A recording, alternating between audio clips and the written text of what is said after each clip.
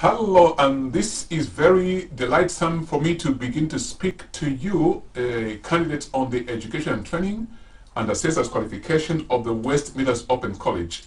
I just want to run through a few things that will help us to write our portfolios and answer questions in the portfolios that we send out to you.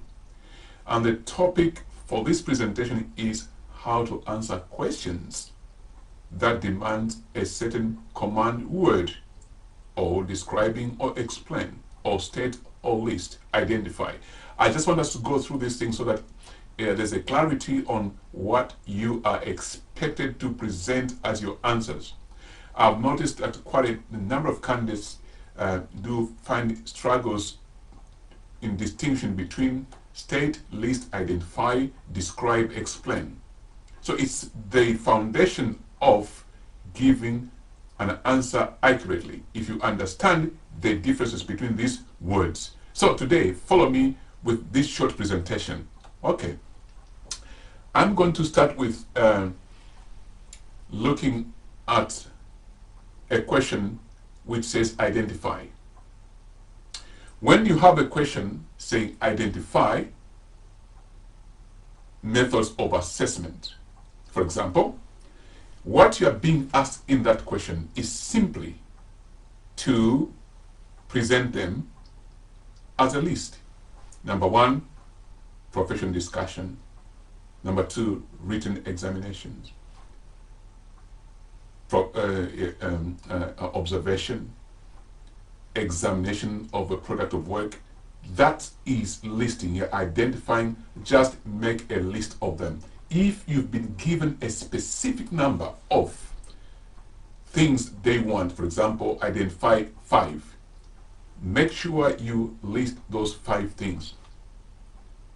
Or they want a minimum of 3. List 3 and above. Thank you. Let's continue now. This section will look at the actual word which we, fantastic. Let me just get rid of that. Yes, excellent. We are doing all right. We are going to look at the word describe. Describe, how does it differ from explain? Not very much so, except that describe now demands you to give more details on the characteristics, features, and also several examples of how this applies. And one of the things we're going to look at in the next one is just to examine or use one question, how do we answer it? In describing, you're going to talk about the features, characteristics, for example, smell, for example, color, application, and the reasons why this exists. So it's a bit more detailed. It's just like explaining, but you put a bit more detail beyond the explanation. You put even more clarity to it.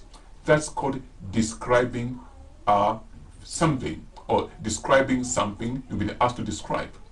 With this in mind, I want you to practice by looking at some of the questions in your assessment, in particular those people doing education and training and assessor qualifications, because you are becoming an assessor or a tutor. You will be looking at this kind of questions written by your students. How would you know they've got it right? It's by understanding the distinctions between these words.